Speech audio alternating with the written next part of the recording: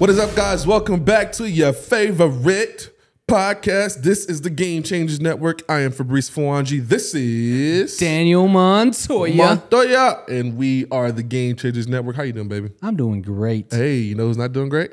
Who? The Boston Celtics. Boy, they out. Trash. Hey, but to come back 3-3, that's still history. Well, I don't give a hell. I don't give a But damn. they didn't. But yeah. Let me tell you something.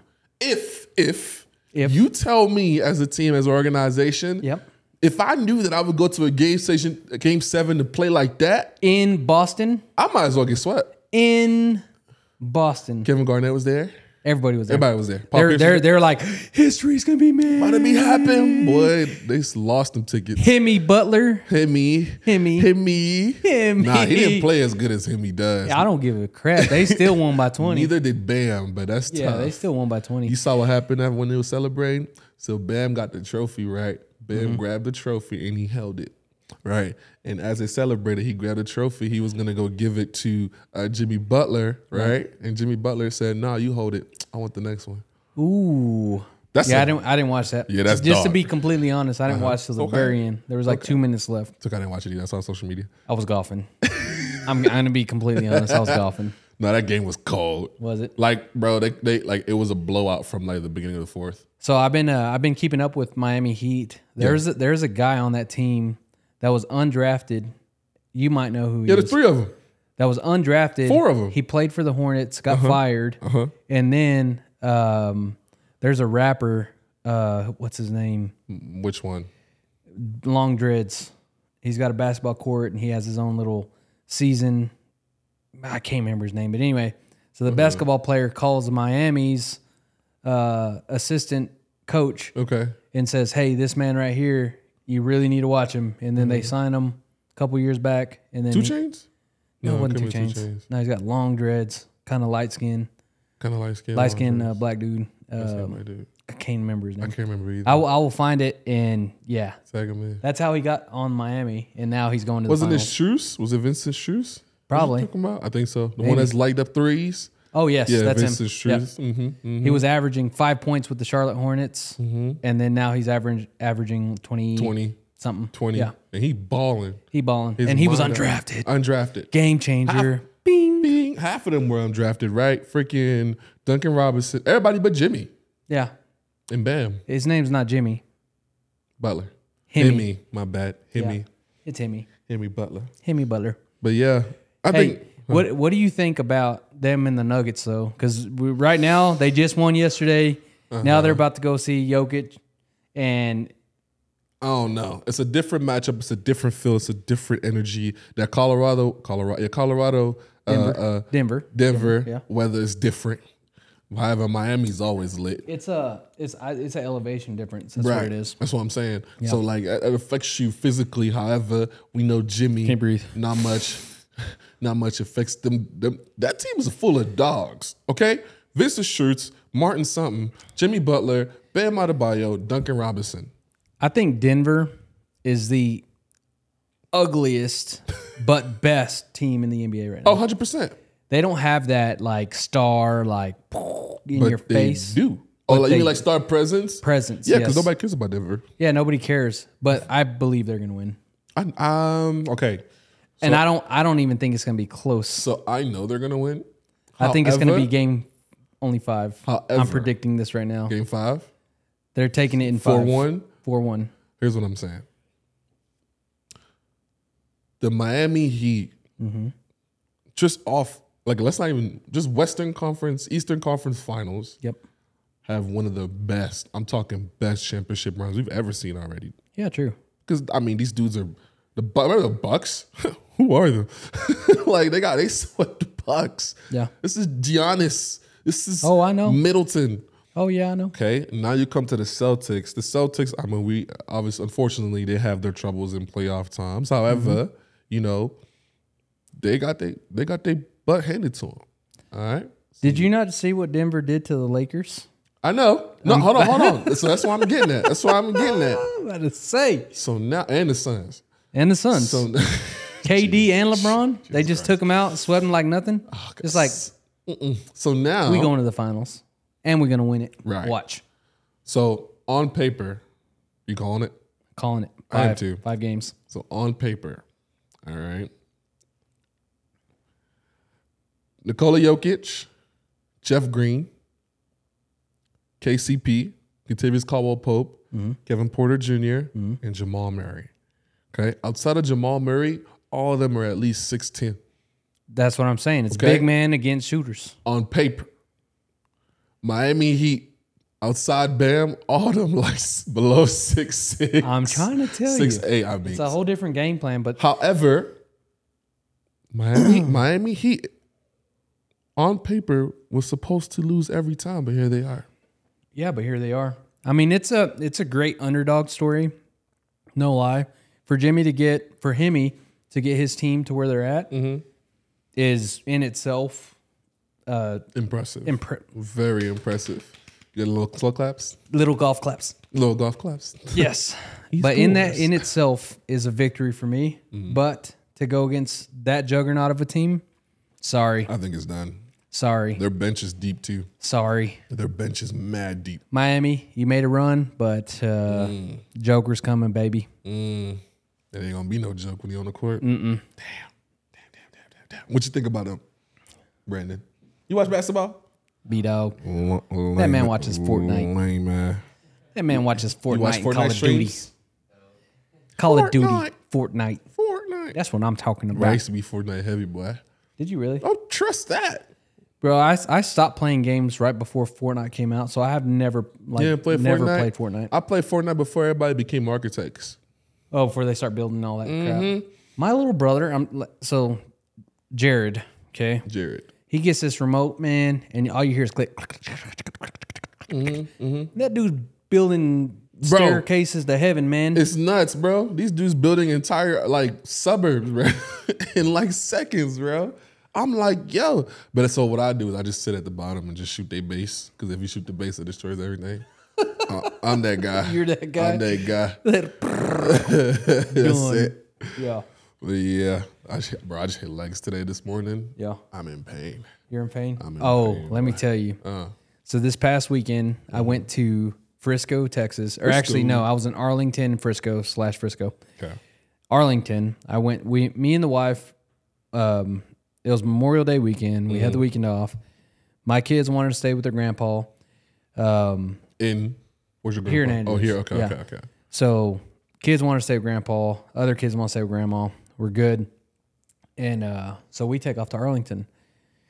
We were gonna stay in Frisco for 2 nights, right? We're just gonna chill in Frisco because we were invited to a PGA event, the KitchenAid, and we ended up just going to. On our way there, this sporadic, right? We're just driving, and I'm like, "Hey, let's see what's going on in Arlington to see if the Rangers have a game, or let's just see what's going on in Arlington." So we check it, and the Big 12 Conference Champion baseball tournament was going on. Just so happened Texas Tech was playing that night. Oh, Just so happened. Right. While you were there. So I'm like, let's just go stay at Texas Live for the night, go watch that game, come back, have some fun. Texas Live, have you been to Texas Live? No, I don't know what that is. If you haven't been to Texas Live in live? Arlington, it's live, right? it's What is it, like a party it's scene? a huge. So it's like you get food, you can get drinks. There's so many bars and it's a huge like center just to go have fun, party, drink, and eat. It's just huge. It's just like huge. It's right next to the Globe Life Park. Okay. Next to the Ranger So it's Stadium. like a park area, or is it like So the Ranger Stadium is Yeah. called Globe Life. It's right next to it. so it's like open space? Yes. Well, no, kind of open space. It's closed. It's called Texas Life. It's like a closed building, but like this area right here is like the main area. You can order food, whatever. This one's a barbecue place. Okay. This one over here is just a pub. So when you say Upstairs is a closed club. area, I'm thinking like a football stadium. Closed area, but smaller. It's smaller. Yes. Okay, gotcha. But it's really nice. It's really fun. So we go there. We watch the Texas Tech game. Texas Tech is up 5-0 going into like the 8th inning. Dang. 5-0, and this is baseball. 5-0. OSU, Oklahoma State University, comes back, ties it up, 8th inning, bottom, 5-5. So they've loaded all bases? Bro, we got lucky to get out of that inning, right? So then it goes to the ninth inning. Texas Tech doesn't make a score. We had a guy on first and second. Could have made a run. Could have scored. Didn't score. Go to ninth inning, right? Bottom of ninth inning, OSU. Me and Kelsey, we're like, so they have these things called the adult Capri Suns. Mm-hmm. I saw y'all. Did you see that? I saw y'all. Adult Capri Suns. Adult Capri like, Suns, right? Yeah. But they have some tequila and stuff in there, and it's just and you put it around your neck, and you got it in the straw spoon. Yeah, it's fun. Little shum. Yeah, little shum. So anyway, so we're like, all right, let's go ahead and walk out. If it goes into extra innings, whatever. So for everyone out there that doesn't have kids yet, if you're breastfeeding, you have to keep your supply up. You have to pump. So my wife has to pump. So we're like, all right, well, we got to go now, or she's going to start leaking. This is a real thing. Women leak, if they don't pump. All right. I didn't know that. Yeah. So it has to constantly come out. It constantly comes out whenever the baby's supposed to be feeding. So it's like, for us, it's like every 4 hours. So we were there already 4 hours. She could feel it. She was like, I got to go pump. I was like, all right, cool. So we're leaving. This is bottom of ninth. We're about to leave the stadium. You pump like a baby bottle and you just throw it there. Yeah, it's like a literal electric pump. You put it on there, you turn it on, and it goes into a bottle. Yes, that makes sense. It's crazy. But anyway, so we're leaving. We're about to leave, and I'm like, hey, babe, let's just watch this. If it goes into extra innings, I said, here's a room key. I want to stay and watch it. If it doesn't, if they end up getting a base run, they win. Anyway. Okay. So we're at the exit, right? We're just standing there. We're looking down because in Globe Life, the entry level is the regular level, and then it has a down. Right. So we're sitting there, and you hear and you hear the whole crowd. This is Oklahoma State University. They hit a freaking home run right in my face. So I don't know if they got it on camera or not, but where the home run came, it was directly like at my face, and then it hit the stands like 4 rows in front of me. Pow! And Tech lost. I was like, let's go pump. That's OD. He's like, I'm out of here. I'm out. Let's go. Pump. Let's go pump. Yeah, but Texas Tech's my team, man. I love Texas Tech and whatever sport they're doing. They're doing football, baseball, track, whatever. I spent 5 years at Tech. I never watched them play baseball. No. They have a really good team. A really good team. Yeah. And I know they made like nationals and stuff like that too. Like I used to walk, because I did engineering for 3 years. So like when on my way to the buildings, I would walk like past their games. Just never watched them. Never watched it? Never watched them. Their baseball team's pretty salty. Yeah. They're young right now. So next year, they're going to be even saltier. And depending on what roster or the kids they pick up, they're gonna have a pretty good team. Pretty good team. Pretty low. They only had like 2 seniors this year. Oh yeah. So they're pretty young. Pretty raw. But they still made it. I mean, they were the semifinalists to the conference championship. So. They're a good team. So anyway, we go to that, and then next day, haul butt to Frisco, and PGA, Monument Realty, the new company I'm with, they are the official partners of PGA in Frisco.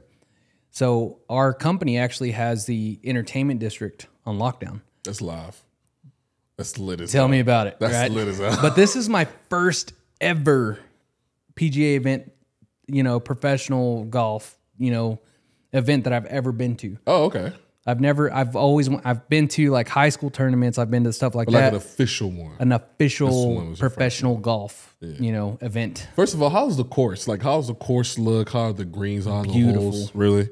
It was amazing. Yeah. It was just hot. I bet. Well, Texas. Stupid. Boy, Texas. So let me tell you, in high school, you can drive a cart, right? Sure. And we end up getting these VIP seats or tickets. So I'm like, no doubt we're going to get a cart, Nah. Now you walking. You walk. The whole way. And don't the pros walk too? Yes, the whole course. Hell no. Yeah, so me and Kelsey, we're walking. We walk in. I pop my side. We're starstruck. We're like, oh my gosh, I'm seeing golfers that I see on TV. Like who? Who'd you see? Furyk. There was he's an African dude. I follow him all the time. I cannot remember his name. The black dude? Yes. With the Jordan ones on the feet? No, that's not him. He's from Africa. He's a golfer from Africa. He's cold. He's cold, bro. And I saw him make a birdie. I cannot remember his name. I will try to remember his name before this episode ends. Yeah.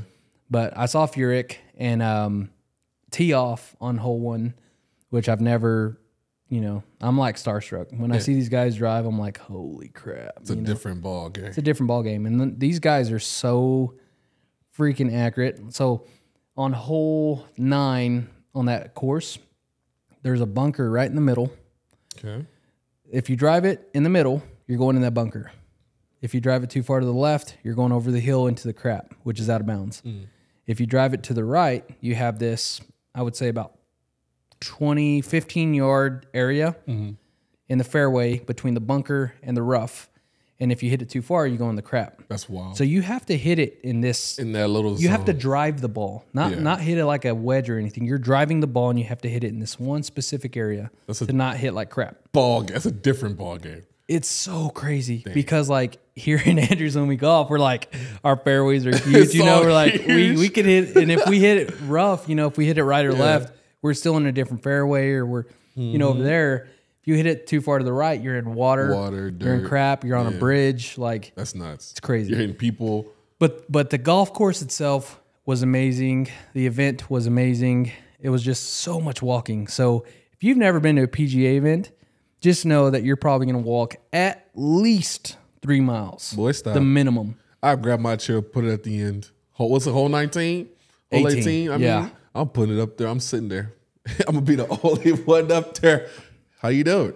So our club seats or VIP seats or suites or whatever was on between hole 16 and 17. For Monument. Yep. So we were like, we walked on to hole 1, and I was like, hey, that's on one of the guides. Hey, where's hole 16, 17? You see that red dot way over there, that booth? And I'm like, yeah, I can see it.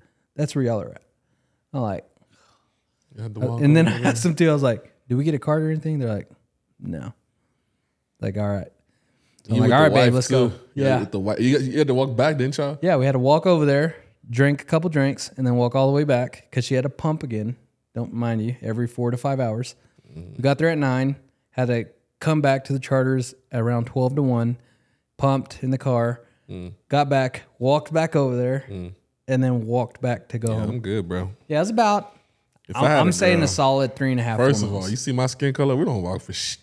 And it was hot, bro. Like, it was so bad. Goddamn. And we didn't bring sunscreen or anything. Yeah. My dumb butt thought since it was VIP, it was like VIP, we're getting carts, we're going to go straight, and we're going to be in shade all day. Yeah. I love golfing, man. Am I a little bit more tan? Yeah, I feel like I'm a lot of tan. it. The red in your skin's popping now. The red? Oh, it was hot. It was hot. It was hot. Okay. And then I went golfing all day yesterday, so. Well, welcome back. Welcome back. What did I do yesterday? I edited. Yay for editing. You know what's sad? What? I went to the bank yesterday, okay? I'm driving, skirt. I'm finna get to the bank.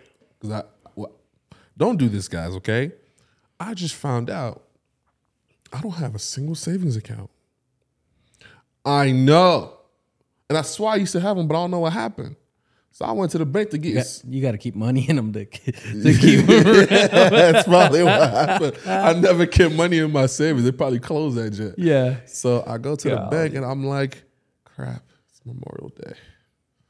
They're closed. Oh, yeah. They were closed. True. So I headed back home and I sat my happy self down. And I tried to do like some work, but everything was closed. I was trying to hit up people, but nobody was working. Yep. It's like a whole American tradition, Memorial Day. It is. It's like an American culture. Ask me if buyers or sellers care about that. They don't. They don't. I showed about 7 houses yesterday. Yeah. That's not. See, I showed it. So I got up around. We drove back from Frisco the night before, and then I woke up around 9 o'clock. Yeah. And had showings set up for 10 to about 2 o'clock. Nah, see, I can't do it. In the name of America, I can't do it. On Memorial Day? Under contract, baby. I'm good. Under contract. That's true. You gotta get that bread. Under contract. Gotta get that bread. That's what matters. You got them under contract on Memorial Day. Those of you that are realtors out there, you ain't working on Memorial Day, and somebody is. I got them under contract. If you were out there partying on your boat, I was working. See the difference? Most of them, yeah. Yeah. Most of them are like that. That's how I was working too. I didn't know what to do. I was working. I played Elden Ring. What's that? You know what Elden Ring is? You know what Elden Ring is, right? I guess probably one of the hardest games I've ever played. Elderberry? Elden Ring. Elden Ring. Elden Ring. So is it like Lord of the Rings? My precious. No, bro. It's like Dark Souls. You know what Dark Souls is? You probably grew up around Dark Souls. No, what's that? No, so it's like a game. Basically, one of the hardest games ever made. You get a PC? sword. Nah, it's on Xbox, but I play it on PC with controller. Oh, It's the same thing. So I'm on the last boss of the game, and the last boss is called Radagon of the Golden Order. And so once you beat Radagon, you beat the Elden Beast. Impossible. Daniel, when I tell you, like, I value my time dearly. Mm-hmm. I put 5 hours into beating this one boss. And you didn't beat him. Hell no, man. 5 hours of my life gone. Well, gone. Before the last boss is another hard boss. His name is freaking Godfrey, the first Elden Lord. Godfrey and Elderberry. Elden Ring. The beast. It's So, all right. all in all, this past weekend, 10 hours total wasted. And you didn't even get. I got paid though, so I ain't tripping. That's why I don't play video games. I got paid though. I ain't tripping. I ain't tripping. So I did 10 hours, but my 10 hours was at, Shorty's place. the Star Oh, PGA that's live. Ranges game. That's live. It was so much fun. Let's go golfing, I dude. want to go. I want to record. I should have recorded. I that. forgot your golf case. I should have brought it. I was gonna bring it today. I'll bring it You're good. tomorrow. We'll get it. But yeah, I got a golf case for May 18th when I got my first birdie. That's what I'm talking about. Birdie, let's go, bro! I'm so excited. I'm about to be cold. So I got a golf case Okay, for my first ever chip in eagle. you did? Yes. Well, this happened months ago. This didn't happen recently, but yeah, I chipped in hole 2. I was about 80 yards out. Yeah, Chipped in, hit 2 bounce, pop, pop, bing. and Yep. you know how hard that. On a par 4. Now Second that shot. when you told me the story about those guys up there, like now when I hear these like golf shots, like that's hard. It is hard. The sport's hard. It is. Like very, but it is what it is. So let me tell you a little story what happened yesterday. Okay. So I take my 2-year-old son, Luca, Luca that's a grown man. Luca James. That's a He's grown my man. man child. That's a grown man. So my other 2 kids were at grandma's house. They're playing, swimming, whatever they were doing over there for Memorial Day. We're at the house. We're trying to clean up, whatever. Wife's tired, tired of the trip, whatever. We just drove forever. Luca's being so like clingy to her for whatever reason. He's just like, mama, mama, mama, mama. So she's like, can you just take him somewhere? I'm like, yeah, I'll take him. Where do you want me to take him? She's like, anywhere. What better place than the golf course? Nice. Right? So we get in, we go to the golf course, and I got these kid clubs. They're like this big, right? Okay. And he's just playing with it, whatever. I'm actually playing. I throw a ball out. He's kind of like a little puppy. I throw the ball out, give him the golf club, and he goes out there and he just hits it. And And he it goes in follows circles. it. Whatever. Yeah. So we're doing that. Some of my buddies come around, or I see some of my buddies, and they're like, hey, you want to play? I'm like, heck yeah, let's play. So anyway, so now we're with my buddies, and I'm on this par 3. I think it's hole number 8 in Andrews. And we have a group of 5, so there's 5 carts. There's a cart in front of me, and then my cart. So my kid, he's been sitting on my lap driving the cart, for the, I don't know, almost the whole round that we were playing. And he gets in there, and I don't know, for whatever reason, he just plops down on the bottom, and he slams on the gas. And it's an electric cart, so, I mean, it's got power. And thank God, there's a cart in front of it, but he hits it, boom. Oh. And then the tires start spinning, skirt. Because he's still on it. He's on that gas, man. And I'm already up at close to the tee box, and I hear that, and I turn my head, and I'm like, oh my gosh. And I drop my club, and I take off, and he's pushing this cart. There's a cart in front of him that's slammed. And thank goodness he was in the cart. So he's like slammed on the brakes. Yeah. He's like, oh crap, oh crap. And I'm like running, but my old man legs, man, I'm like trying and just going downhill. So this other young kid runs, goes, takes a key out, and Luca's like, he's just sitting there. I'm like, Luca, what are you doing? And he just shrugged his shoulders. Wow, whoopers on the spot. Bro. I'm spanking. And he wasn't even shook. Like I got him out, he got out the cart, and he was like looking for me. And I was like, Luca, what are you doing? Just shrug his shoulders. Your kids are dogs, man. He is. All so of now your I kids. know I'm taking the keys out every time. Every time. Every time. If he's there. If he's with me. Yeah, your kids or I'm are so actually dogs. not taking, I don't have to take it out, but I turn the key off. Yeah. Without the key being on, you can't go forward or backwards. God bless your heart, because, oh, man. What the wife say? What did she say? What did your wife say, bro? I had to show up early to work today. And Oh, dude, that's so funny, Yeah. man. yeah. It's so hard trying to talk to women. If she would have been there, Yeah. she would have freaked. No, she would have killed yeah. you. Oh, Killed you for sure. You would have. Boy, that golf session's over. Oh yeah. Sure. That right then in that moment, it'd have been over. The only thing she would getting- not. We would not have finished Yeah. golfing Nah, you at got- all. Women see things so differently. Yeah. You know, it's so crazy. But Luca he was just chilling. He was He like, was chilling. like, I can't wait to get a kid. He's gonna be just as stupid as me. oh yeah. I already know he is. I'm already counting it. So so you was talking a relationship problem. What kind of relationship problems you talking about?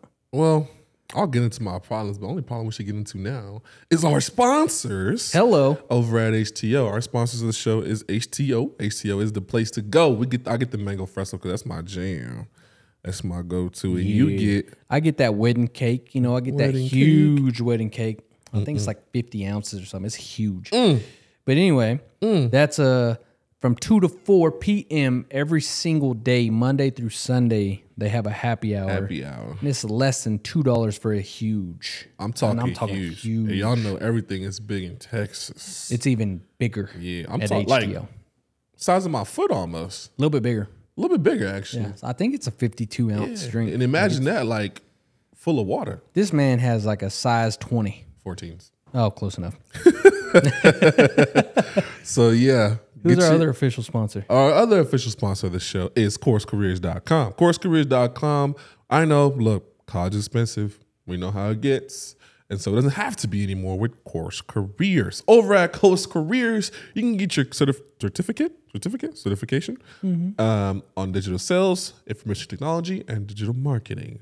And you take their course, get a certificate, and you get the same high-paying salaries that a college degree gets you. I mean, dog, who doesn't want that? So head over to CourseCareers.com and use code FAB50 at checkout to get $50 off your first course.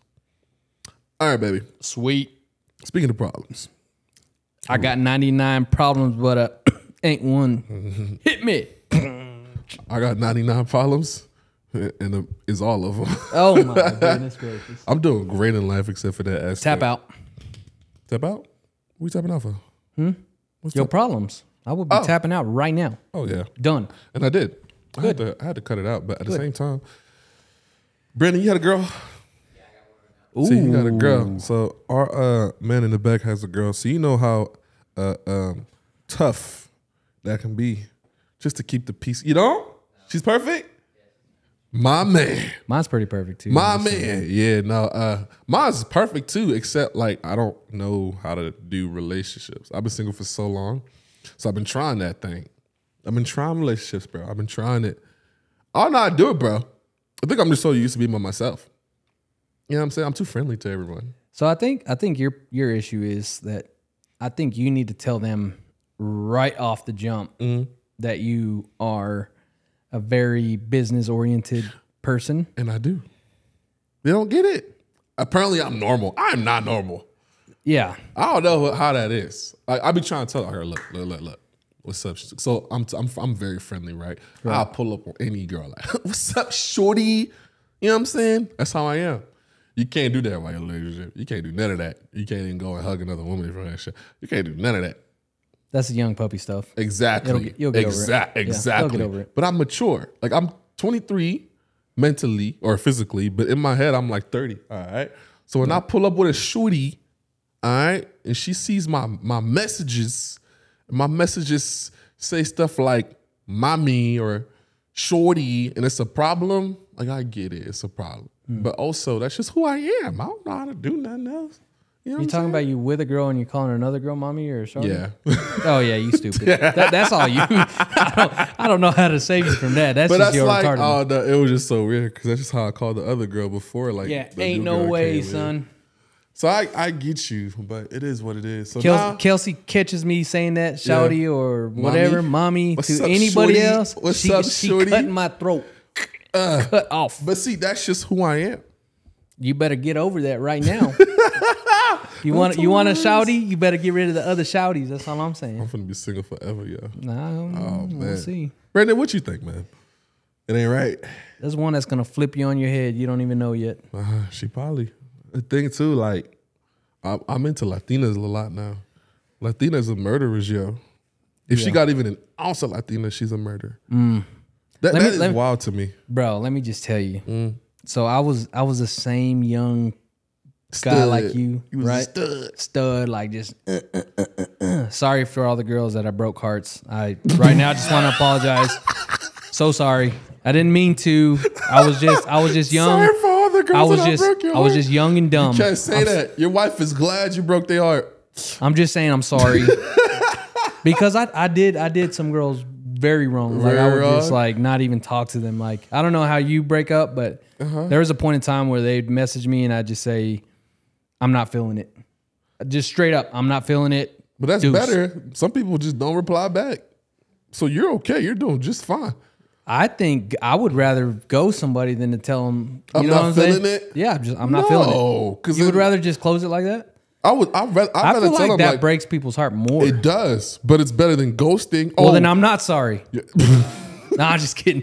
You But imagine anyway, that, like yo, like instead of ghosting, instead of like saying like, yo, look, I don't think it's gonna work out. You just diss. That means that if you ghost, that means that she wasn't worth even a response. That feels way worse. you think so? Yeah, I would just say I'm not feeling it, and they'd be like, "What did I do wrong?" It's like it's not you. it's not me. You. It's me. Right, and that's a fair thing. That's It's a very really not. fair Like thing. I'm not ready to settle down. I'm just being honest with you. I'm not ready. That's fair. So let me tell you what happened when Kelsey came along. Everything changed. What do you mean? You when did you know? When did you know? Honestly, it was so when I first met her, it was all about the looks. All about the looks. She's Like, gorgeous, what's up, shorty? right? What's up, mommy? Yeah, she's so hot, and I'm like, golly, I gotta have this chick, right?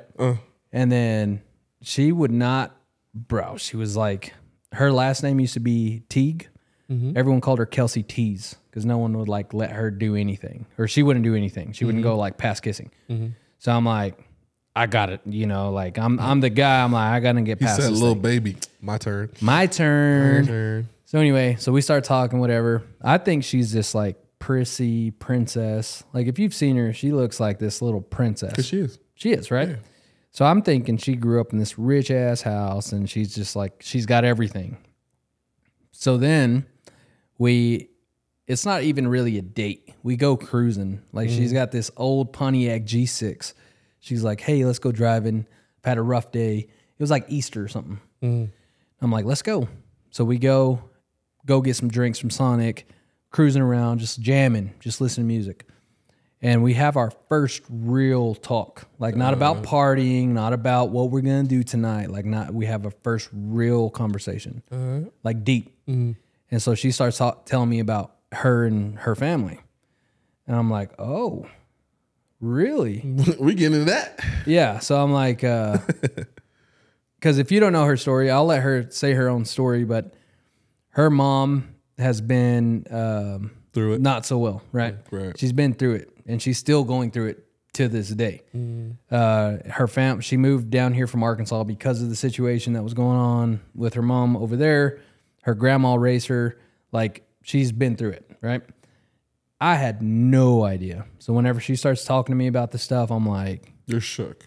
I'm shook, and I'm like, how in the heck are you have this smile on your face? You know, how are you... Like, I think my life is bad, right? And I'm like, you know, I lived in poverty, this and that, but holy crap. So now an element of care starts to pop up for Right. you. Starts to, the element of care and the element of, like, I know that she's not going to be with me because of anything else but purely love, because she's been through so much crap. Yeah. That and she's going to have these barriers, she's going to have these walls. Like, I already knew. Like, once she told me that, I already knew. But something about like that conversation, how real and how deep, and like just knowing that we kind of came from the same struggles, I was like, I'm way more attracted to you now than I was just because of your looks. And now it's not a sex thing. Like I wasn't like, I'm trying to get with her because sex. At that moment when we had that conversation, It was. I said, I'm marrying that woman. Yeah, it was her. Like I know that she's the one for me. Whatever it's gonna take, I gotta drop everybody else. Like you're it. So it was that conversation right there. That conversation sealed the deal for me. All right. 100%. All right. Yeah. Y'all know, and I see that because y'all do have the same upbringing. Like y'all are kind of y'all talking about that relation. The thing is though, like I'm so different. That's why for me it's so hard. That's why I bring this up today. Yeah. I'm from Douala, Cameroon. Douala. Douala. Say it again. Douala. You did Douala. that. That's how we say it. I told you I'm from the motherland. Is you the Douala? What did I try to tell you? Well, you not. Which part of the motherland you from? Douala. That's my place. Hey, I'm taking you deep sea fishing, but I swear you gonna take me to Cameroon. All right, deal. You taking me. You taking me. Deal. And we recording a whole session over there. My in Cameroon. passport is ready. I don't have a passport, but I'll get one. Oh my God, horrible. All right, But I get one. We got to go to Cameroon. We're going. We gotta I go ain't to even Douala. playing. I'll take you to Douala and I'll take you to Bafang and Bafoussam and Buddha. There you go. Buddha? Buddha. Buddha. Not Buddha like the religion, like Buddha. Buddha. Yeah, Buddha. Buddha. Buddha Hey, sanctuary. what kind of food do y'all eat? Rice? Rice and steak? Rice and lamb? We eat everything. Everything. Y'all cook Rice- tortillas? No, damn Hey, tortillas. my mom is making some right now. I'm gonna text her right now. I'm gonna tell her to bring you a burrito because you need to try this. Oh, say less. This is Mexican stuff. All right, bet. Hold up 1 second. I'm taking her. You'll text the moms? I'm legit Anyway, texting her as right you now. do that, I'm from Douala, Cameroon, right? I was raised there for 9 years. So, like, I'm 23 now, so I still have most of my roots from there still. So, when I come to the States, so I spent 9 years there and I spent 13, 14 years here.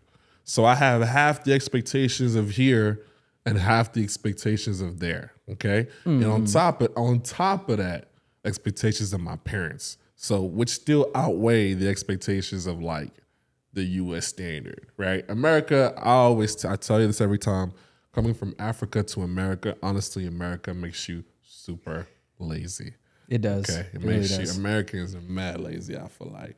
Yeah, and y'all know that too. Americans know that too. That's why y'all complain about immigrants coming in and stealing y'all's jobs. There's a reason why. So, You're not wrong. right, there's a reason why. Yeah. So, clip that, by the way, Leonardo. Because of that, how I grew up, what I believe in, what I want a woman to be like is not the same as what a woman is here. You get what I'm saying? Traditionally, right? Especially nowadays. Especially nowadays Yes. with the new culture, the new social norms, all that. So let me tell you, that's why you like Latinas. That's all I'm going to say. Oh, for now, sure. Now keep going. For sure. Okay. Latinas go hard. Bro, I was reading some of the messages that old girl was telling me recently. I'm sitting here, I'm like, damn. I'm not going to say any names, but there is a specific somebody that went to your apartment and did your whole thing. See what I'm saying? I'm just saying. And what were I'm they saying? Latina? Bro. That's all I'm saying. You see what I'm saying? I'm just saying. You know what I'm saying? So, because of that, like, I'm a lot picky, and my standards are up because I own a business, and I don't want nobody to come in and bring my boy talk about it like the NBA. I'm a general manager in a relationship, and my entire business is my franchise. I'm looking for a star player. There you go. And when you look for a star player, either they drop 60 or they bring the franchise down. Right. You want a Jimmy Butler, not a Kyrie Irving. Right. See what I'm saying? I got you. So, go ahead. So I'm gonna continue. Yes. Hold on. Before you continue, like hold that thought. Just hold it. Hold it. I'm holding. So just know that if you do get a star, stars don't always shine. Okay, they're not always going to be the best. When you first date and everything's all peaches and cream, it's called like a honeymoon phase. Yeah. Everything's great. You're all giddy. You're all hugging. You're all kissing. You're all loving. You're going on dates. You're doing all that, right? And then life comes at you. So the star might not always be a star, but you got to find the star that is you're going to be able to ride the roller coaster with. No, I get that. Okay. I get that. All right. How I'm gonna get a star, and I get that stars don't shine. Yeah. But every season, I gotta make the playoffs. Okay. I am not dropping below the playoffs. Finals. Yes, with you your star. gotta set your bar. And I do. That's Yes. what I'm saying. So I even like give some free range and set the playoff. Ain't no way I'm going up, bro. Do I look like the Charlotte Hornets to you? Do I look like the Chicago Bulls to you? Do I look like the freaking Mavericks to you. I'm making the playoffs. All right? All right? Okay. All right. So that's my standard. Okay? Yeah. The thing is now, who I am does not fit the standard of the American culture as an African. Okay. However, looks, I fit everything they want. Yeah. You know what I'm saying? Physically, mentally, all I that. get what you're saying. You get what I'm saying? I get what you're saying. You get what I'm saying? I get it 100%. And that's where the thing comes in. So I don't know if you heard. I like the idea, but social media is going to slander me for it. So I'm going to talk about it. I'm going to become a passport bro. A what? A passport bro. What? To explain. You heard a passport bro? Okay. Is that mama? That is mama. Is that mama? What Come up? here, mama. How you Come doing? here. That's his mom. We live. We live. I be telling people all the time. We live. Daniel's black because of you, huh? Yes. Hey, you gotta throw me one of them real quick. Fabrice gonna eat that on set. I gotta eat that on set. I'm trying to explain to him Mexican culture. Here, throw it to Fabrice. Throw it. I'm a catch. Ooh. Boom. Ooh, thank you. Hey, Thank you. these are homemade. No, I don't want one These yet. are homemade. You made Homemade, grandma made. How much I owe you? Nothing. Come I'm just on telling now. you. Take a bite of that real You are quick. so kind. Thank Take you a so bite much. of that real quick, and then we're gonna get back to Passport Bros. Passport bros. Take a bite of that. I don't know what I'm looking at. This is homemade.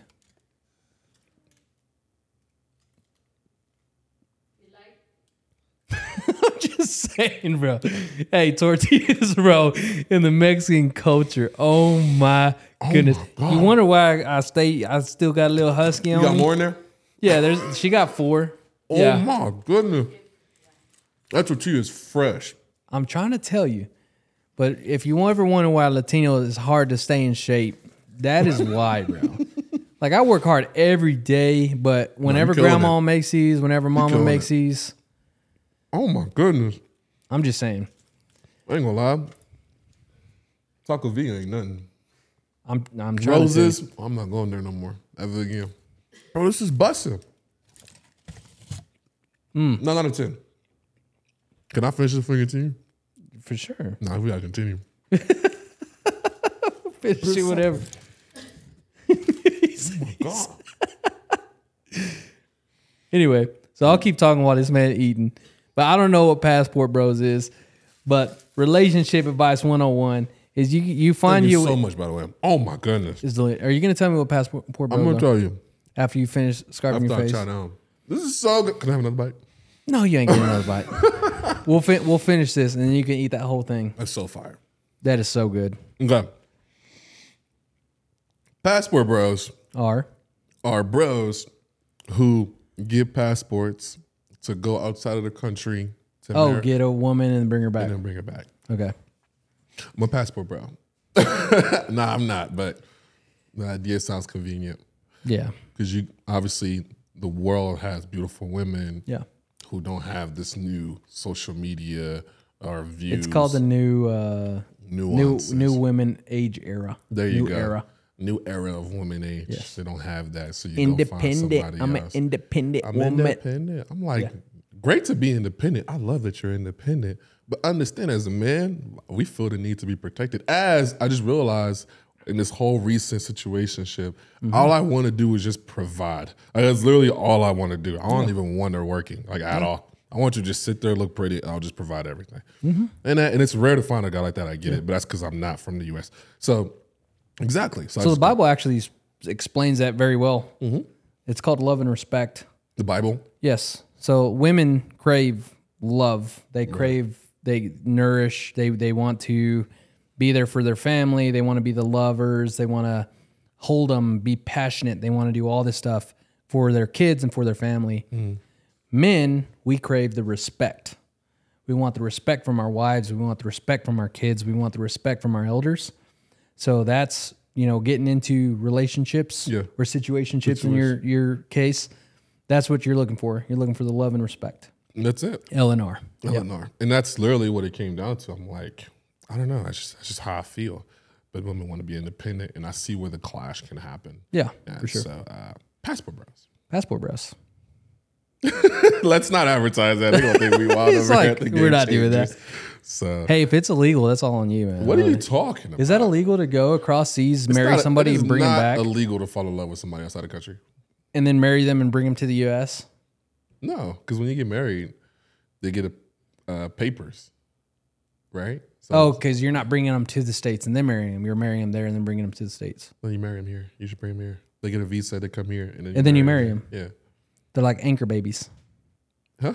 Anchor babies. What is that? Like in the past, so like Mexicans, because we're from Texas, so we know Mexicans come in place. So they come across the border, they have a baby with a U.S. citizen, and then they're anchor babies. They're here now permanently.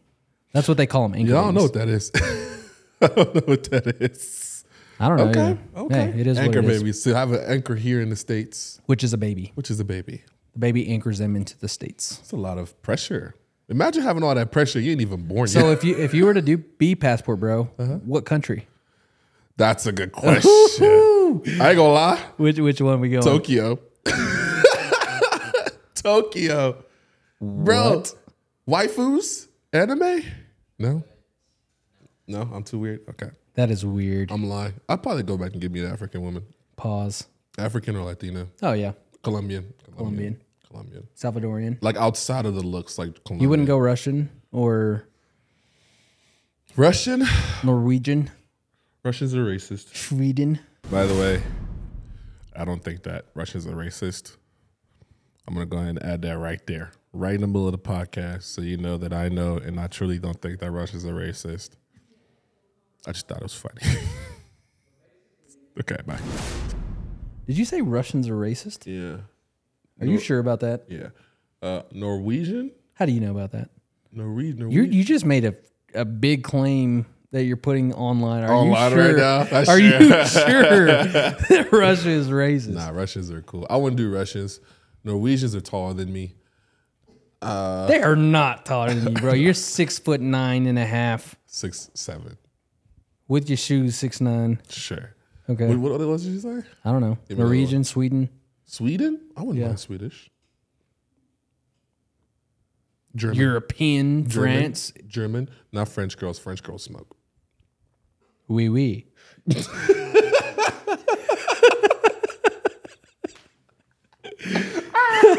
Isn't that what they say? What did you say? Isn't that what they say? Oui, oui. I keep trying to tell y'all, okay, now that is racist.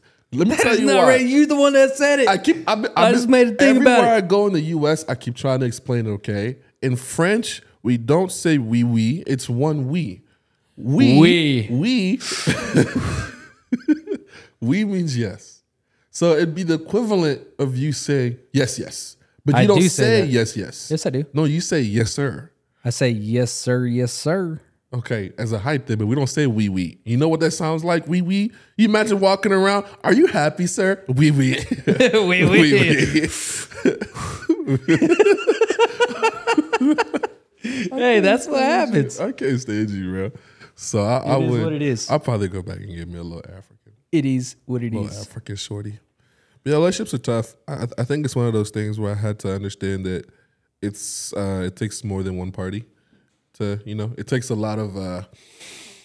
You got to remove your pride Yes. and your ego, Yes. to kind of get into that, and that's something that I'm gonna have to work on. Yeah.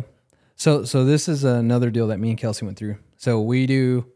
Everyone always wants to say 50-50, Right. and it's not. It's 100. 100. Both sides have to give 100%.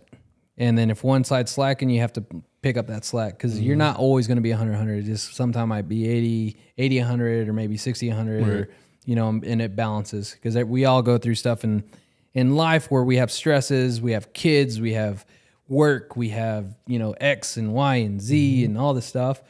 So where I might thrive in a place, Kelsey might struggle, and then where I might struggle, she might thrive. So we kind of balance each other. Okay. out. So that's a personal thing. I like to think of it as individuals. Okay. So I think of it as pizzas. Okay. Pizza. Pizzas. Hear me out. Hear me out. I'm done listening. You're done listening? This is a great analogy. Okay. Okay. Leonardo clipped this too. And what he said earlier. I am a whole pizza. I understand who I am. I understand what I'm worth. I understand I'm emotionally intelligent. That's one thing I'm very emotionally intelligent. Okay. And because I've taken time to understand, I've been single for like 3 years, right? Great. No, nothing wrong with that. Nothing wrong with that at all. Because I have, though, now I understand who I am, what I am, and what I want, what I like, what I need. Okay. Now, when you're a whole pizza, it's important to go date a person who is a whole pizza. She knows who she is, what she wants, what she likes. Okay. It's very important to do that. She can't be half a pizza. You can't be a whole pizza and date a person who's half a pizza. Because now, when you come and meet this person, you date them, right? She's half a pizza, so you give up your half a pizza. Now she's a whole pizza, but you're left with your half of the pizza. Do you know what? So now you're not a whole person anymore. Do you know what the statistic of women's standards are today? I don't know. Tell me. It's basically that you got to be you. You got to be over 6'1". You got to make over $100,000 a year, and you got to be financially whatever you gotta be stable, swole, good looking. Right. You got to be in the under 15% body fat. Like that's a women's typical guy today, right? So you're trying to be that whole pizza. So what is your standards for a woman? You asking me directly? Yes. If that's what the 90% of women want is basically you, over 6'1", in shape, entrepreneur, has his mind right, wants a family, whatever. What would your standards be for a woman? Guys, we're going to catch y'all next weekend. Thank y'all for joining the show. That's a good question, yo. My standard of women has nothing to do with physical appearances. Actually, like I said, since I'm very emotionally intelligent, all of it comes down to who the woman is. Yeah, that's really it. Like, hey, he's taking applications. Who? Who's taking applications? You got an owl in your pocket again? Who? Just so stupid. Who's taking applications? I'm not taking applications.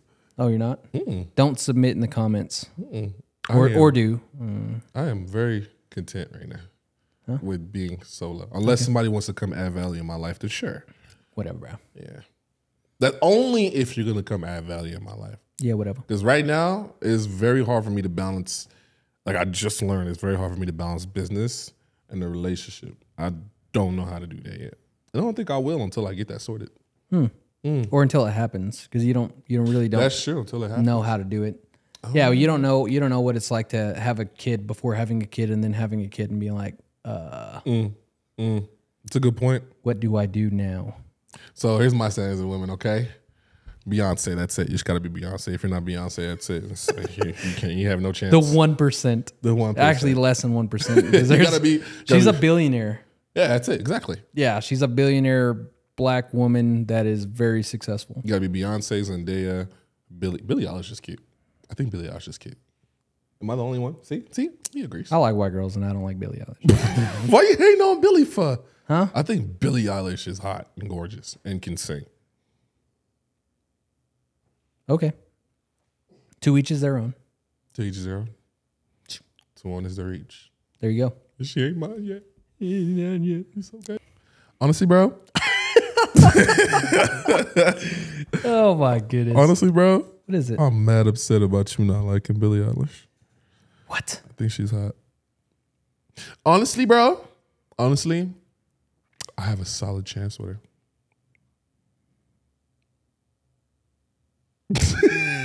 I have a solid chance with Billie Eilish. You hit her up? DMs? Nah, I haven't slid yet. I'm trying to get my money up. Billie? Yeah, I'm trying to get my money up. Okay. I ain't gonna drop, no mediocre album. I'm gonna drop a fire album before I get with her. You know how many albums she has?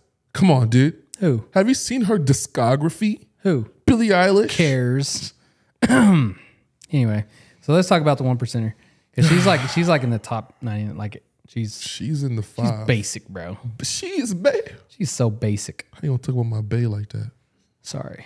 All right, move on. Sorry, Billie. You're not basic. Move on. You're above basic. You're a little average. A little bit. That one there was a violation. Personally, I wouldn't have it. You wouldn't have it? Have it. It's happening, so you a hater. Get over it. Oh my God, you gonna talk about Billie Eilish like that? Sorry, Billie. Sorry, babe. Sorry, Billie. I didn't mean to call you out like that, Billie. She got so much money now too. You wanna know? I wonder what her why is. What her why is? Her why is. Let me ask you. What is your why? Why do you go out there and make all that money? What is my why? Why do I do this? There's a lot of different whys. But give me your top three. Top three. Starting from third. Starting from three. My third reason why I do what I do. I would say to be or to have or to give what I wasn't given as a child would be a why, right? Okay. Or to give my kids what I wasn't able to have when I was growing up would be one. Okay. Another why would be a personal why, be like within me to prove that I can. And That's two. That I am worthy and that I can do these things. Okay. What's your one? My number one why would be for God, and it would be because with Him anything is possible, or through Him all things are possible. So the circumstances that happened during COVID, that really made my why a why, because at that point, it's crazy. I don't know if I've ever shared this on this podcast or not, but for whatever reason, God does things in ways that you never will know why you do the things you do. Yeah. So 2018, the end of 2018, beginning of 2019, I basically was I was going to church pretty often, reading the Word. I was in the Word. Me and Kelsey were in it together. We're to make a relationship successful. So I always get this, like, why do y'all go to counseling? Or y'all going through hard times? Like, no. Whether you're going through hard times or good times, it's always good to go through counseling, to talk to somebody else outside of, like, your parents or outside of friends. It's always good to have a outside person listening in, right? So we were going through counseling and stuff 2019, and something dawned on me that I needed to sell my house. The house I was in 2018 was a really nice house. Okay. Very nice. 2016 build, so it was only 3 years old at the time. He's bougie. Nice. Bougie. Like 10-foot ceilings, 4 bed, 3 baths. Oh, dang. In a bougie neighborhood, like, nice, right? Really nice place. And when I say something, God told me that I just needed to get out of there. For whatever reason, I just needed to sell. So I sold it. And stuff was being put in place, in motion, when I didn't even know it was getting put in motion.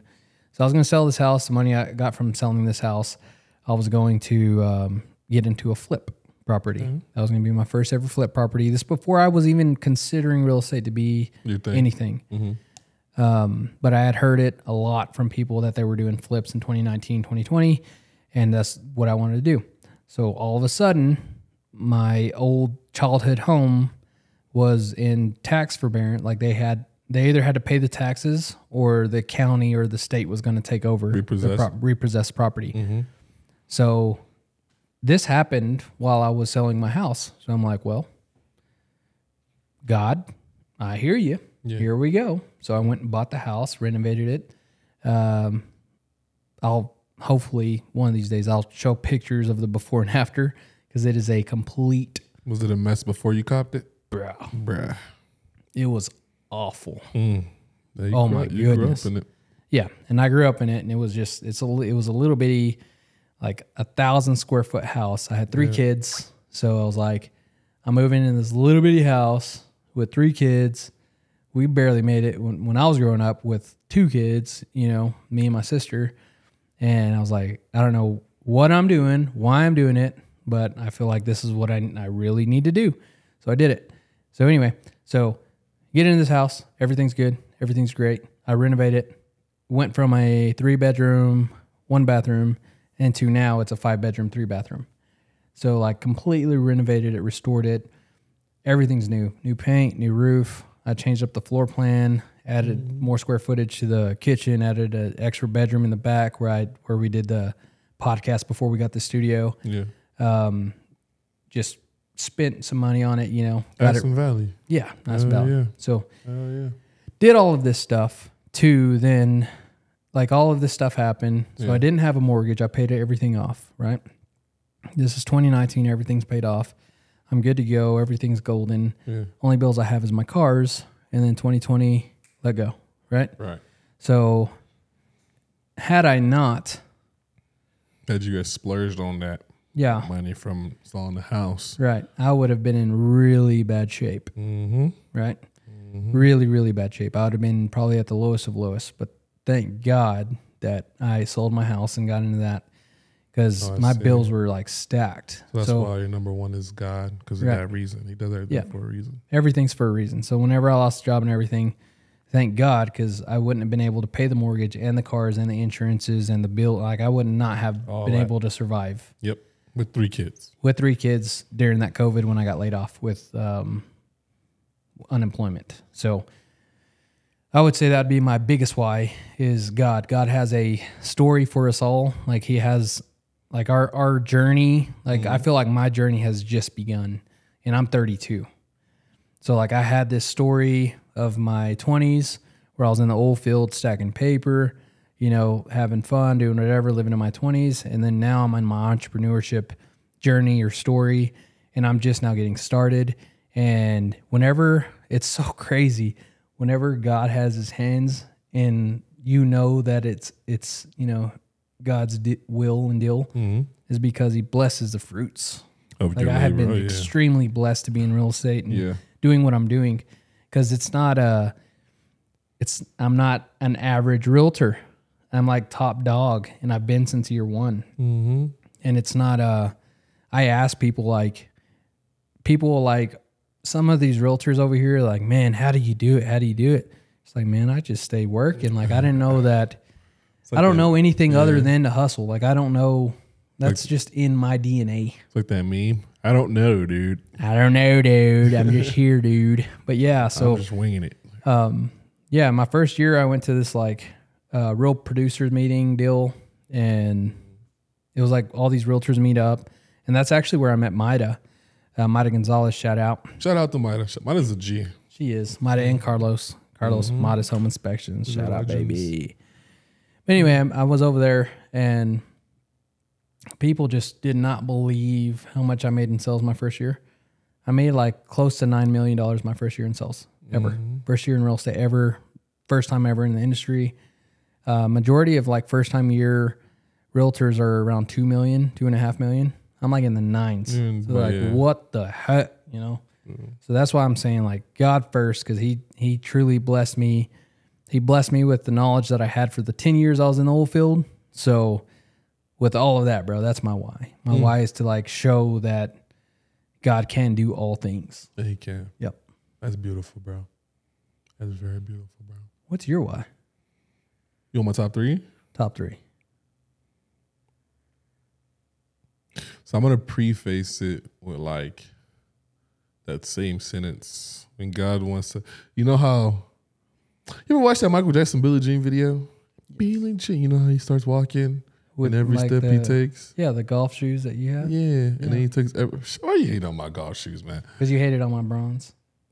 Yeah, them bronze was ugly. Them joints was busted, but anyway, what had them? He said they were bronze, but they look like them N1s from Shaq from Walmart. Hey, they're big. They're big, boy. Big shoes. You look like you was about to line up as a lineman. I am, bro. Big, you know. Hey, I got big ankles. Leave me alone. You got cankles? Do I? I don't know. Do I have cankles, guys? That's OD. Anyway, that Michael Jackson Billie Jean video. Where he's walking and the stage lights up every step. Every step. Yep. That's like how when God works in your life. Yep. Every step. And as a matter of fact, God lights that step up before you even walk on it. It's insane to know his power. And so in my life, I've literally been like living proof of that. My top 3 why, I have a lot, but my third why would be like always being the outcast. For like everybody in my family successful except for me, which is weird, even though I'm doing okay. But I've always been in the shadow. So it's a vendetta thing. Gotcha. It's a vendetta thing. I've always been in the shadow, man. I remember this when this happened. So my brother and my sister went to Lee High School, aka now Legacy, whatever. And I never went to the basketball game until like my junior year in college. Okay. Yeah. This is my brother's senior year. This is my sister's freshman year. Wow. So everybody knows the Fawangis because they're both killing it in both their respective sports. Right. I think I walked in with, it was Lowe's game. It was Lori's game. And I walked in with Loic. And my mom was already there. Yeah. So Loic walks in. Oh, you know, all-star Loic. What up, Loic? What's up? Doing this thing. I'm just there like, I'm starstruck. This is my own brother. Yeah. I'm starstruck. I'm like, do we hold this much power, bro? And mind you, I'm taller at that point. I'm like, yo, promise y'all I'm cooler. Like, yeah. But it became a personal vendetta and almost against my brother. And so because of that, I had to really refrain and it sent me, that's probably the beginning of the turmoil. It sent me into a straight turmoil for a couple of years. So I was like, dude, I got to get up out this slums because I hated engineering. Absolutely hated engineering. Yeah. But I was good at it. I mean, I was smart, you know, still am. And I got my minor in it. So that was my third one, just always being in their shadows. My second one is everything my dad's built. Like I said, my dad was the worst of 7. Mm-hmm. He's most successful of 7. Yeah. And because of that, he has 3 kids who are doing well off and they're primed to be successful. And like, I can't just come out here and be an F up because of him. Gotcha. See what I'm saying? So like, if you watch somebody work, my dad's like 55 years of their life to bring you here, you're going to spend your next 55 to make sure you stay here and you're good. Mm-hmm. To make sure that his 55 years don't mean something. Yep. Have meaning. Have meaning, have purpose, have emphasis. My number one reason, numero uno. Oh, I wish I have a picture, but like 10-year-old me. Big old glasses? No, I don't think I wore glasses like that. Let me see if I can find a picture so y'all can put it up there. 10-year-old me when I was a freaking like baby. So I'm going to pull up Fabrice right now. I bet you was still as tall as me when you was 10. I think when I was 10, I had to have been like 5'9", 5'5" or something. Just unfair. Something crazy. Just unfair. You're about to laugh at this picture, but I always think of this picture right here. See that? That's my boy. That's my boy. Can y'all see that? Are you showing them? Yeah. That's my boy. So like that kid right there. That's you at 10? Yeah. You at least look decent. I wish I could show you a picture of me at 10. You're going to laugh. I was busted and disgusted. I had no hairline. I swear my hairline was degrading back then. But because in Africa, we don't do like line ups. We do the round tops. Yeah. Hey, boy, your joint. You curved. You got an arch. Well, I had Noah's Ark, boy. My joint was. Anyway, but that kid is the one that's still here. This body I'm holding is protecting that kid at all times. So I do it for this guy right here. For that 10-year-old you. For that. Because I still have to heal him every day because my parents were strict. So like, I have to bring him out every once in a while. So yeah, I do. That's my number one reason right there. Because this guy's a legend. He just ain't know it. He just didn't know it at the time. He just didn't know it. I would say the same thing, man. My 10-year-old self, I was bad shape. Yeah. I was in bad shape when I was rough. But you had positive dreams. When I was 10? Yeah. I can't even remember my dreams when I was 10, honestly. So there's for all those that have been in poverty ever in your life, you know exactly what I'm about to talk about. So like my mom was on like food stamps, the EBT, welfare, Social Security, all that stuff. And we had what is that called? The insurance you get when you can't afford insurance? Social care? Social care. Medicare. So Medicaid paid for when I was on Medicaid and when I was 10, you get free pairs of glasses. You get a free pair of glasses. But the glasses they give you are these big old rectangular they thick boxes. too. Yeah, they thick, bro. Like, So when I was 10, that's what I was wearing. I had them big old bifocals. I looked like a old grandpa man at 10. and we couldn't afford haircuts, so my mom would always buzz cut my hair. I always had Every a buzz time? cut. Yeah. Damn. I never got like a true haircut. I was always a buzz cut. Boy, My ain't got mom no would get fade. my mom would not even a fade. I mean straight That's buzz. what I'm saying. You ain't like no fade, buzz just cut. straight just Straight buzz. So I wish I could She find gave that you picture. a 1 all around. For real, that's what it was. Yeah, I get you. 1 or 2 all the way around. All the way around. But I had these big old glasses. I was like a nerdy boy. I like playing video game stuff. I was just a nerdy 10-year-old boy. But at 10, I don't know, man. I don't think it really had too much dreams at 10. Yeah. Yeah, because there wasn't really growing up, man. As like it wasn't extreme poverty, like but you was poor. You was poor, man. Yeah, you was poor, But you didn't have any aspirations, bro. Like I wanted to be an actor. I knew I wanted to make videos, and I do that. At 10? Yeah, I was making videos at 10, 11. Were you really? Yes. Yeah, we didn't have none of that. I had a Nintendo 64 when I was 10. See, I was making beats. You remember the Nintendo 64? Did you ever play Nintendo 64? Yeah. It has a little joystick, and you have to hold the control there. Yeah, hold the control on the side. Yeah. See, but like, so I always been into music. I've always been into creating. So like, I would do like there was this software called Planner 3D where you would build your house. You like build a house from like material up and down. Yeah. Right. Now I flipped the house. See, that's what I'm talking about. See what I'm saying? You had the money to do that. I ain't had no money, boy. You had the money to get I had that the technology. smarts. I didn't have that. We didn't have that. Oh, fair. I didn't have none of that. Touche. So like my thing, I had a Nintendo 64, which I think my mom and stepdad, he's the one that actually bought it for me. What games you have on there, yo? Bro, Mario Kart. I had Mario Kart, Banjo Kazooie, The classic Zelda. Banjo's classic. Banjo and Zelda. Those were my Zelda's top classic. 3. And then Mario Party came out. I started getting on that. Yeah. Oh, and then Pokemon was a huge hit Pokemon whenever I was was growing everything. up. So like Pokemon Stadium, Pokemon Snap, all that stuff. I was a Pokemon geek, man. Yeah. Huge. I got you. I wish my mom would have. I had a binder full of first edition cards that I have no idea where they're at. They're somewhere. I was, bro. Nerd. Hardcore nerd into Pokemon. I was huge. But yeah, I don't know where that binder's at. I got you. idea. But But you yeah, had- my 10-year-old self, man, Yeah. I really didn't have ambitions. Yeah. I'm now thinking about it. Like every summer I would just want to go to the city pool. Yeah. And I had to hustle for that. It cost $1 to get into the city pool, so I had to hustle for that $1. Whether that was like knocking on neighbor's door, like, hey, can I borrow $1? I want to go to city pool today. That's so crazy. Or to like have hustling any- at boys club, Yeah, you didn't have any aspirations. I remember when I was 10. just chilling. Yeah, chilling. I came to the States in 09. I was 10. 09, 2010, 11, I watched the NBA Finals. This was the Lakers versus Celtics. We're talking Kobe Bryant, Derek Fisher. I think Shaq was in there. Yeah. First, KG, Double P. Like, I wanted to be an NBA player at 10. I was like, yeah, bro, I'm about to be up there with LeBron. And then you see, then I watched LeBron. And I was like, I'm definitely going to make the league. Obviously, we know how that went. But,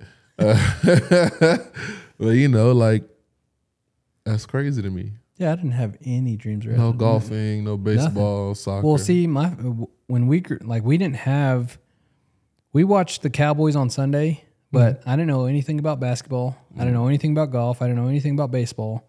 I didn't know anything about anything until I was like a senior in high school, except the Cowboys. I knew the Cowboys because my dad and my uncle would watch it every Sunday, and my mom would take me to their houses because that's when we had our family get-togethers, and we would watch Cowboys every Sunday. You think it's an Andrews thing? No, No, it's just you. it's a family thing. Family thing. For sure. Because my kids now, I can tell you right now, Damien, he wants to be, it changes every week, but right now he wants to be like a professional NFL quarterback. So like he's training, and then during baseball season, he wants to be a professional baseball player. And then when it's in school, he's like so smart. He's like academically just talented, Gifted, smart, gifted. So like whenever he's at school, he wants to be like all about school. Like he wants to know, he wants to do spelling bees and stuff like that. That's dope. Jonah, same way. Like once we're in a sport, his aspirations are that. Yeah.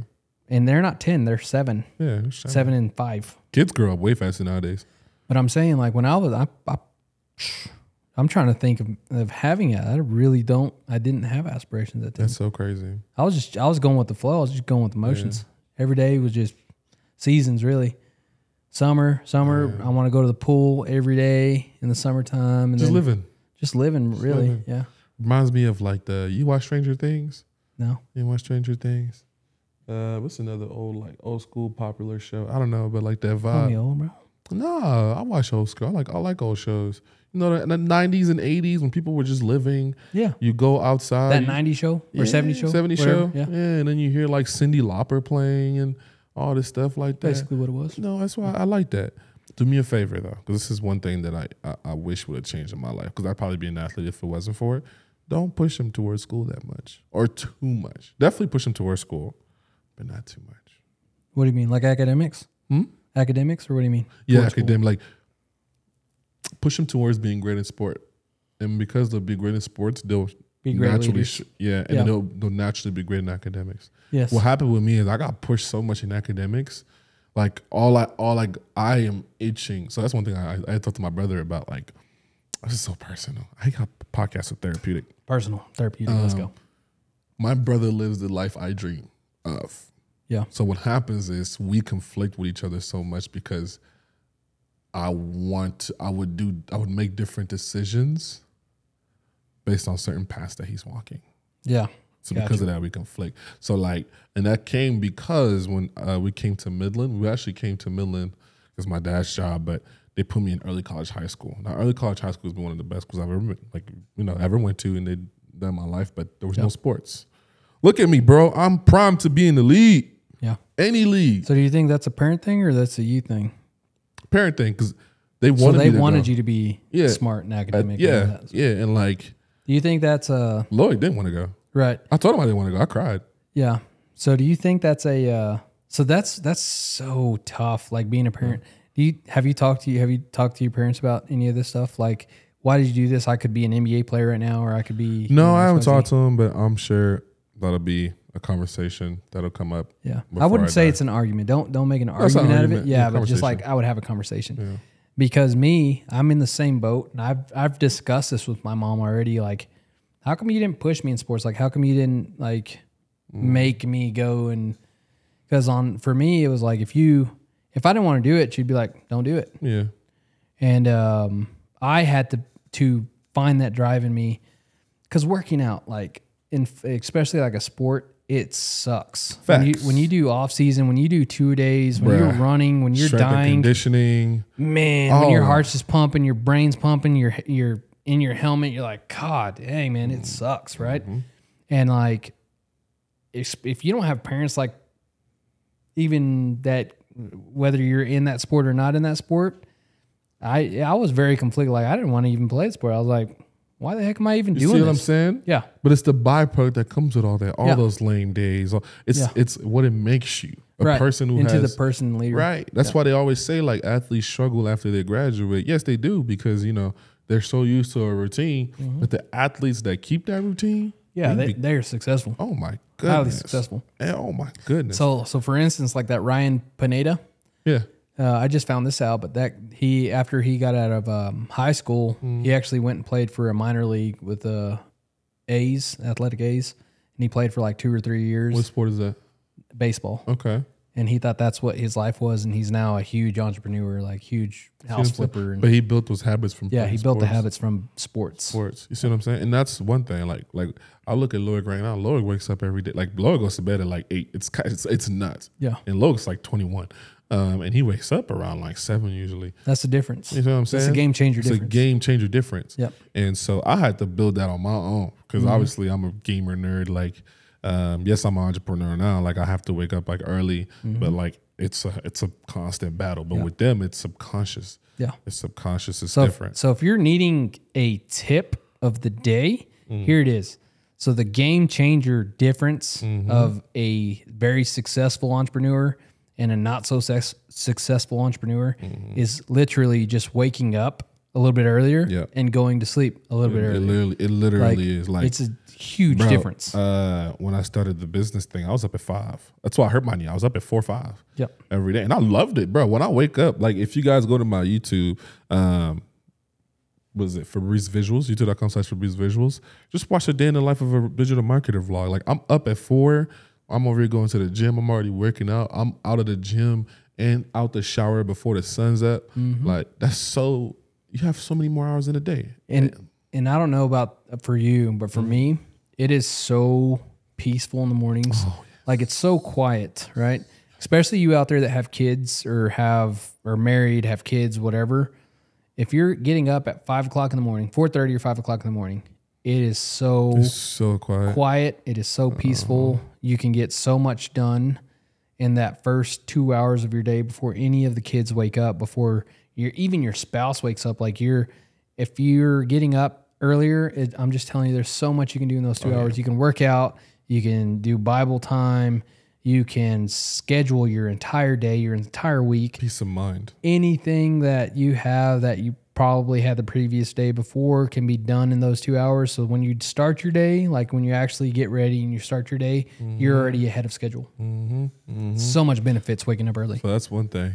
And so that's one thing that I watched him do, and I really appreciate that. But no, that's my number one, like protecting him, you know,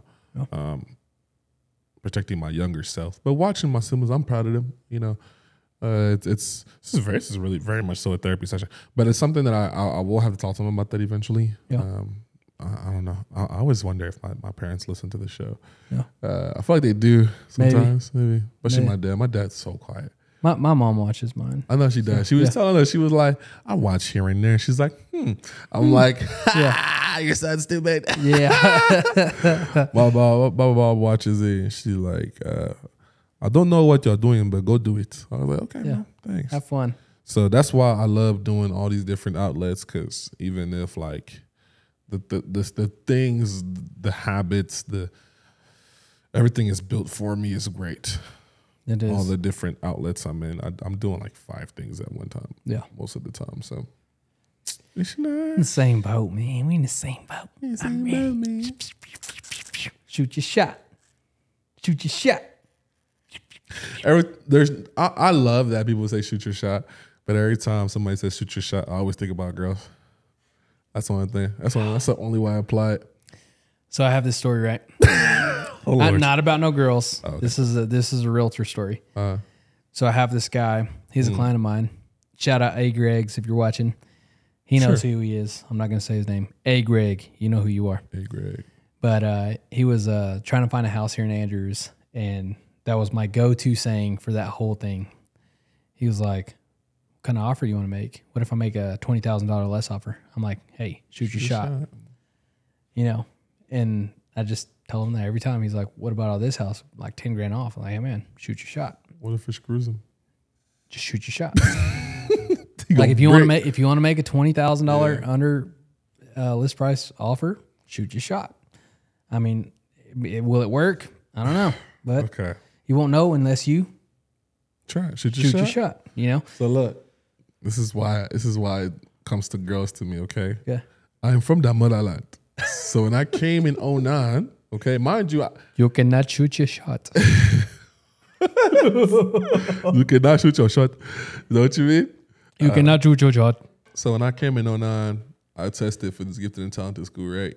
I aced it.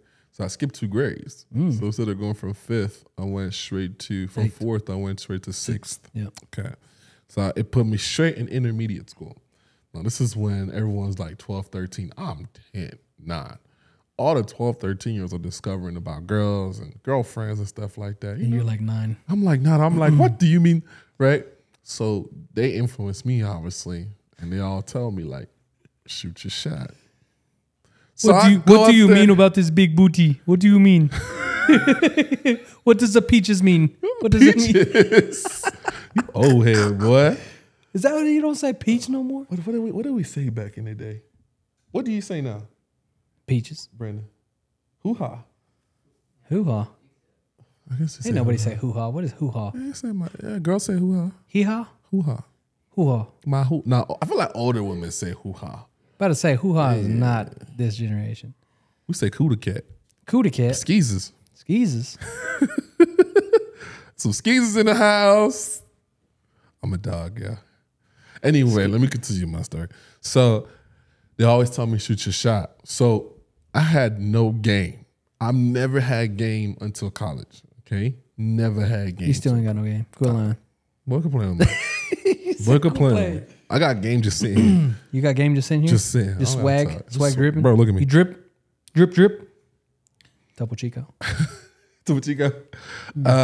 So they always tell me shoot your shot. Yep. And I shot my shot like 100 times, got denied. There was this girl back in high school or junior high. I went to Pine Tree Junior High in Longview, Texas. Okay. Baddest girl at school. She ain't bad no more. What's her name? What's her name? Was it Allie? Don't say the last name. Just say the first name. I think it was Allie. Allie? I think it was Allie. We'll call her Allie. Okay, Allie. You listen here. Let me tell her. So it was Allie, right? Mind you, butt ugly, like straight fresh out the boat. Bro, I'm rocking FUBUs. Yeah. That's what I'm talking about. No, that's not what I'm talking about. That's what I'm talking about. I'm rocking FUBUs and ones, and my shirts are straight from not Ross. What's that? Walmart. Burlington. That's my get up. That's not my get up. That was my get up all the way until I was a sophomore in high school, bro. So I pull up on Shorty. I'm like, look, I really like you. I really like you. I think that you and I would make great relation. And I think we should go out. What do you think? Can you imagine? Oh, no. You done? She said, I'll think about it. Came back tomorrow. Have you thought about it? I'll think about it. Well, she thought about it for 5 years. That's what I'm talking about. Yeah. She thought about it forever. You know what's crazy though? Hold on. The crazy thing about being the oldest, you don't really have anyone to look up to besides your dad. You're a trial. Right. You're the trial. So for me, I had my brother, Josh, which is a little Mac Daddy.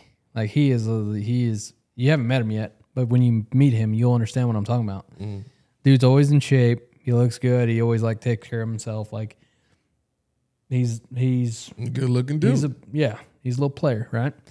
And but he wasn't around when I was that age. He moved to Snyder with my biological dad, so I didn't get him until I was a sophomore in high school, or actually a freshman in high school. So whenever my 8th grade year, man, I was so bad. I had prescription glasses. I got LASIK surgery done, so I don't wear glasses anymore. But I had prescription glasses up until my freshman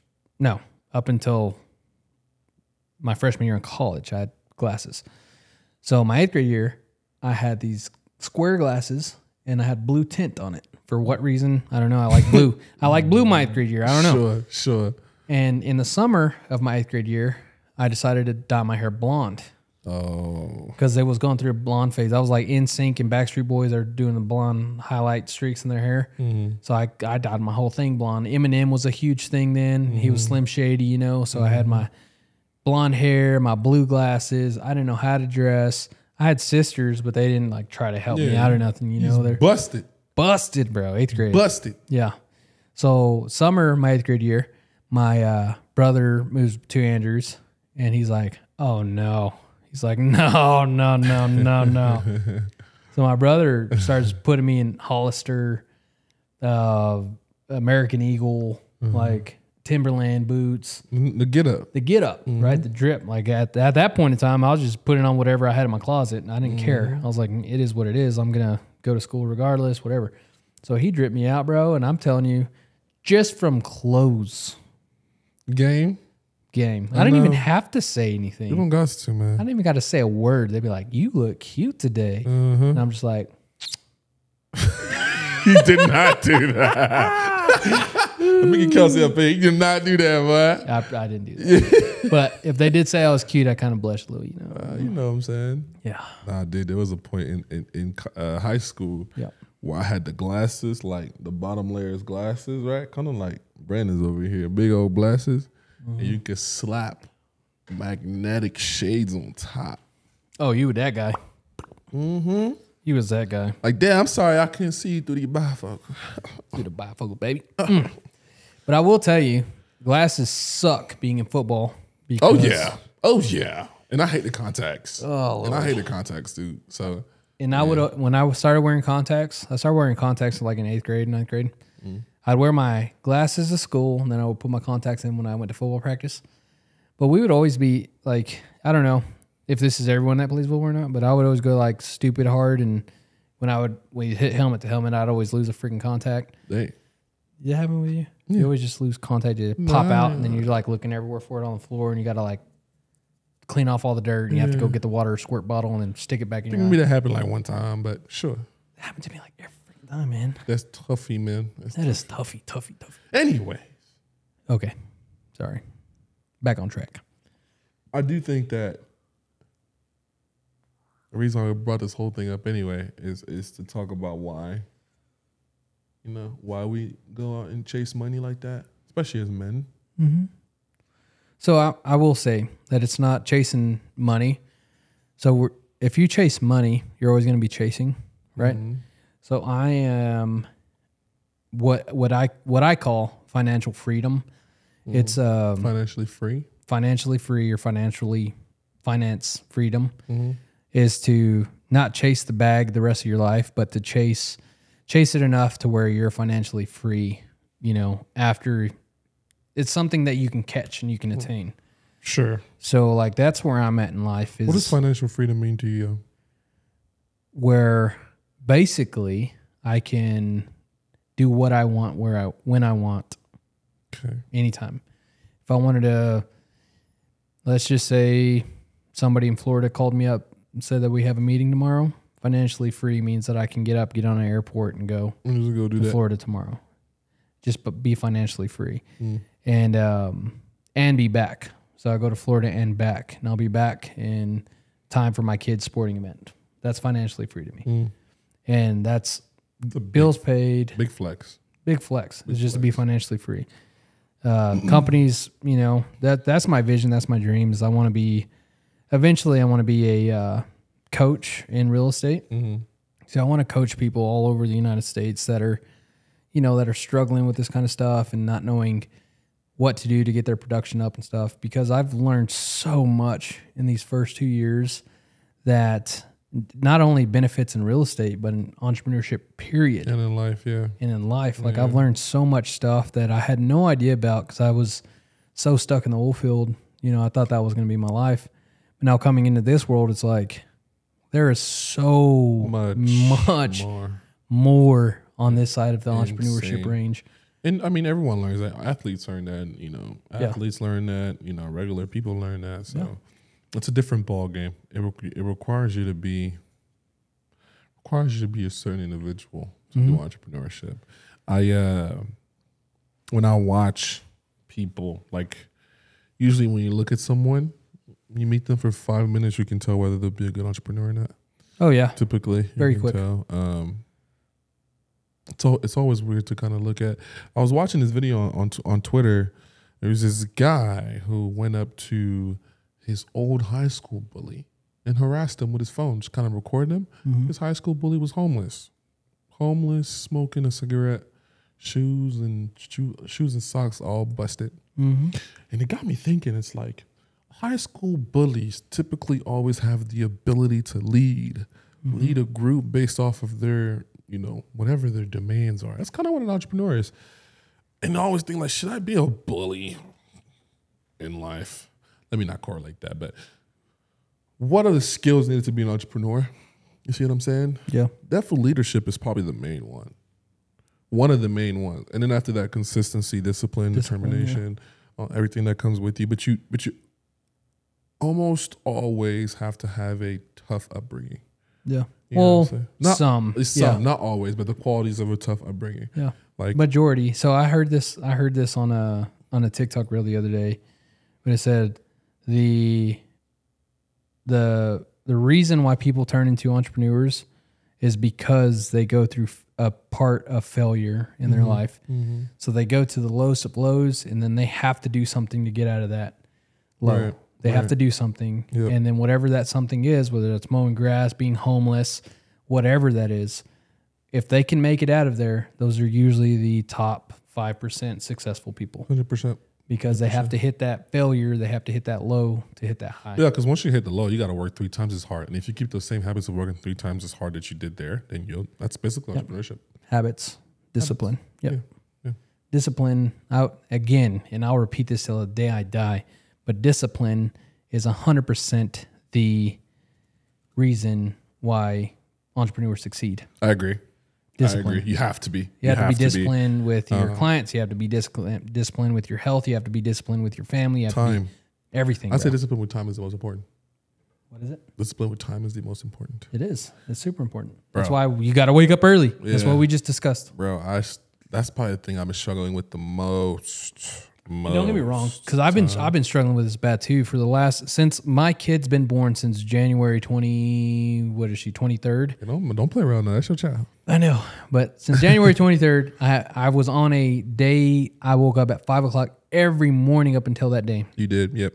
And I have been struggling so bad with waking up at 5 o'clock in the morning. I do it like 3 times a week, and it used to be like 7 days a week. So I'm needing to get back into that and hold me accountable, guys. Hold me accountable. Make sure I wake up at 5 o'clock every morning. Hold me accountable. I'll hold you accountable. Exactly. Because we used to hold each other accountable last year. Yeah, I remember I'd be at the gym. I'd be like, Daniel. What? Where you at, Jim? Jim. Where you at, Jim? I'm in the sauna, bro. I'm in the sauna. Yeah, I'd be in the sauna. I'm in the sauna, bro. Sauna time is... I love the sauna, boy. That sweat be dripping down you. Anyways. Pause. Whoa. Want to let you guys know something. Whether you are the older generation, the newer generation, or a millennial, just want you guys to know that you too can become a game changer. Hope you enjoyed it. Catch y'all later. Peace.